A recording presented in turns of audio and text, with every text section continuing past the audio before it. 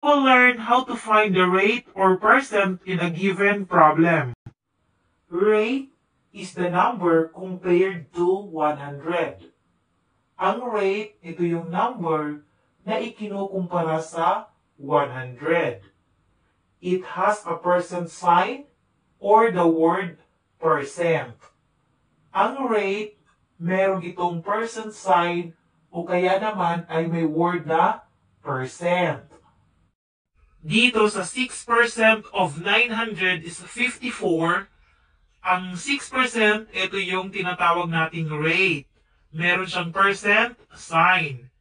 Ito namang 900, ang base. Ito ang kabuuang amount or bilang. Ang base ay ang number na laging nakasunod sa word na of.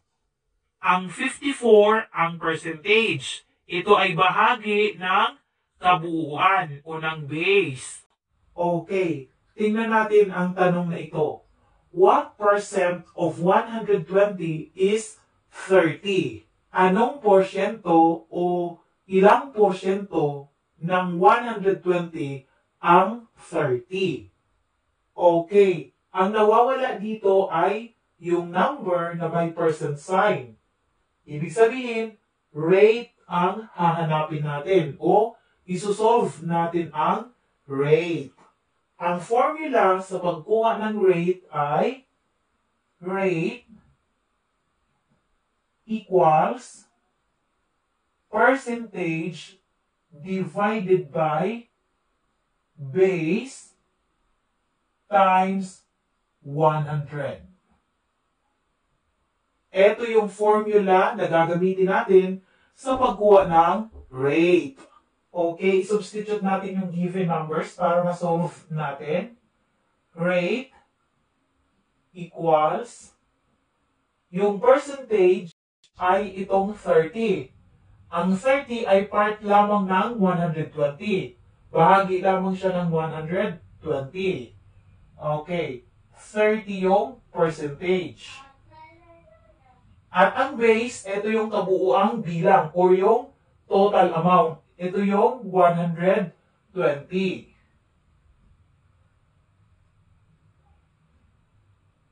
Times 100. Next, i-divide natin ang 30 sa 120. 30 divided by 120. Ang 30 mababa sa 120. Kaya, ang gagawin natin, magdadagdag tayo ng 0. Nagdagdag tayo ng 0, syempre, may decimal point na dito. Okay. Dahil may decimal point na dito yung dividend natin, maglalagay din tayo ng decimal point dito sa quotient natin. Katapat ng decimal point ng dividend. Okay, nandito na siya. Next, i-divide na natin yung numbers. 300 divided by 120 equals 2. 2 times 120 equals 240. I-minus natin. 0. Okay, ito magiging 10. Ito magiging 2. 10 minus 4 equals 6. 2 minus 2 equals 0. Okay. May remainder na 60. Magdadagdag ulit tayo ng 0. 0. 600 divided by 120 equals 5.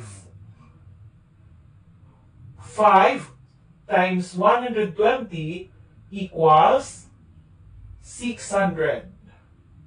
Okay, 600, ito. Then subtract, 600 minus 600 equals 0. Okay, wala nang remainder. Yung quotient ay 25 hundredths. Okay, rate equals 25 hundredths times 100. Itong 25 hundredths, pwede rin itong isulat ng may 0 dito. Yan. Pareho lang yan. Itong 25 hundredths na ganito yung pagsulat at yung ganito, pareho lang po yan. Next, i-multiply natin yung 25 hundredths times 100. Sa pag-multiply ng decimal number sa 100, pwede na tayong mag-multiply mentally. Ibig sabihin, hindi na tayo mag-solve. Ang gagawin lamang natin, just move the decimal point 2 places to the right. Itong decimal point, i-move lang natin ito ng 2 ulit pa kanan. 1, 2. Dito na yung decimal point niya, nasa labas na. Okay. So ngayon, yung answer ay rate equals 25. Lalagyan natin dito ng percent sign. Kasi ito yung rate. Yung answer ay 25%. Next question. 15 is what percent of 25? Ang 15 ay ilang porsyento ng 25? Okay. Yung nawawala, yung number na may percent sign. Rate ang hahanapin natin. Yung formula sa pagkuha ng rate ay rate equals percentage divided by base times 100. Next, isubstitute natin yung given numbers. Rate equals, ang percentage ay itong 15. Ang 15 ay bahagi lamang ng base na 25. Ito yung kabuuan. So, ito yung percentage. 15 divided by yung base 25 times 100. I-divide natin 15 divided by 25. Yung 15, mababa sa 25. Kaya, magdadagdag tayo ng 0. Dahil nagdagdag tayo ng 0 sa dividend, maglalagay tayo ng decimal point.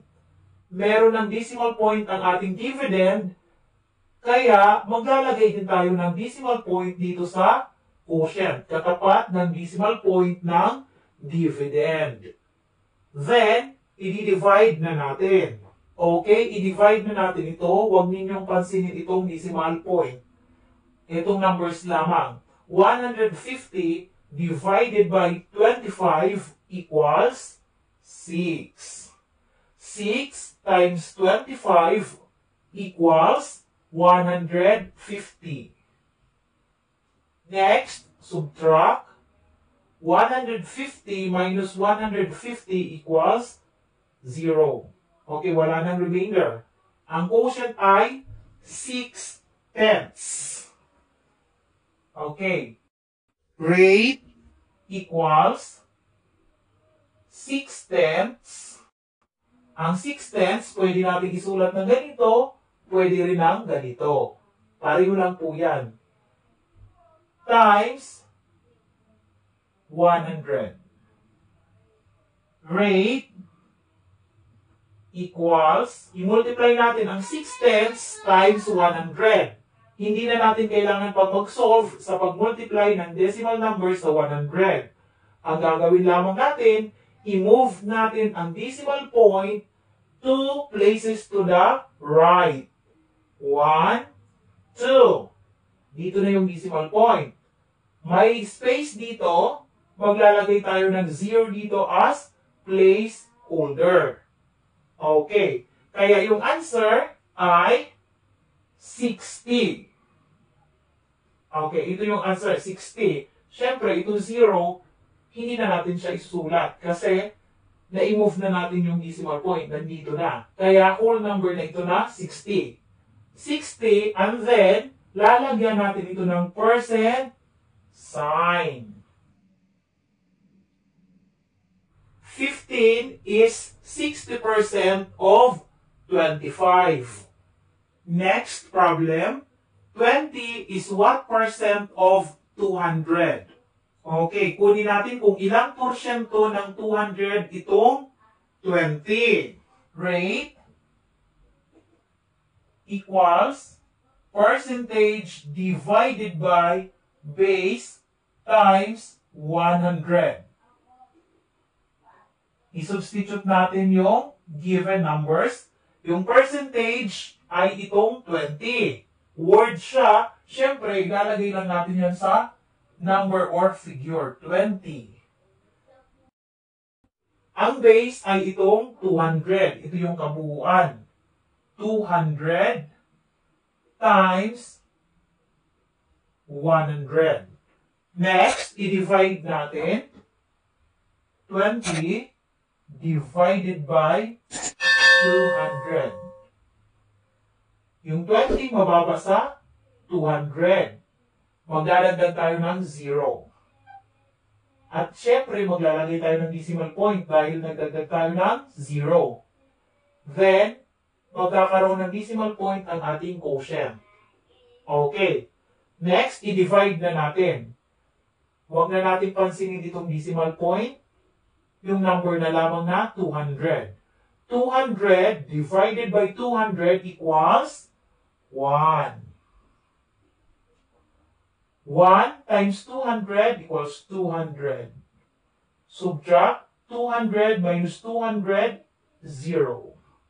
Okay, yung quotient ay 1/10. Rate is equals 1/10 times 100. Okay. Next, rate equals, okay, ang gagawin lamang natin, i-move natin ang decimal point nito 2 places to the right para hindi na tayo mag-solve. 1, 2. Dito yung decimal point, may space. Maglalagay tayo ng 0 as place holder. Kaya yung answer ay 10. At syempre, lalagyan natin ng percent sign ito dahil rate yan. Okay, yung answer ay 10%. 20 is 10% of 200. Next problem, 50 is what percent of 1,000? Ang 50 ay ilang porsyento ng 1,000? Okay, kunin natin yung rate. Rate equals percentage divided by base times 100. I-substitute natin. Rate equals, yung percentage, ito yung 50. Ang 50 ay bahagi lamang ng kabuuang bilang o yung base. Ang base ay itong 1,000. Okay. Times 100. Next, i-divide natin ang 50 divided by 1,000. 50 divided by 1,000. Okay, 50, mababa sa 1,000, magdadagdag tayo ng 0. Nagdagdag tayo ng 0, maglalagay tayo ng decimal point. Sa dividend, ganun din sa quotient. Next, i-divide natin. 500 divided by 1,000 equals 0. 0 times 1,000 equals 0. Then subtract. 500 minus 0 equals 500. Next, magdadagdag ulit tayo ng 0. At i-bring down natin. Naging 5,000. 5,000 divided by 1,000 equals 5. 5 times 1,000 equals 5,000. Then subtract. 5,000 minus 5,000 equals 0. Yung quotient ay 500.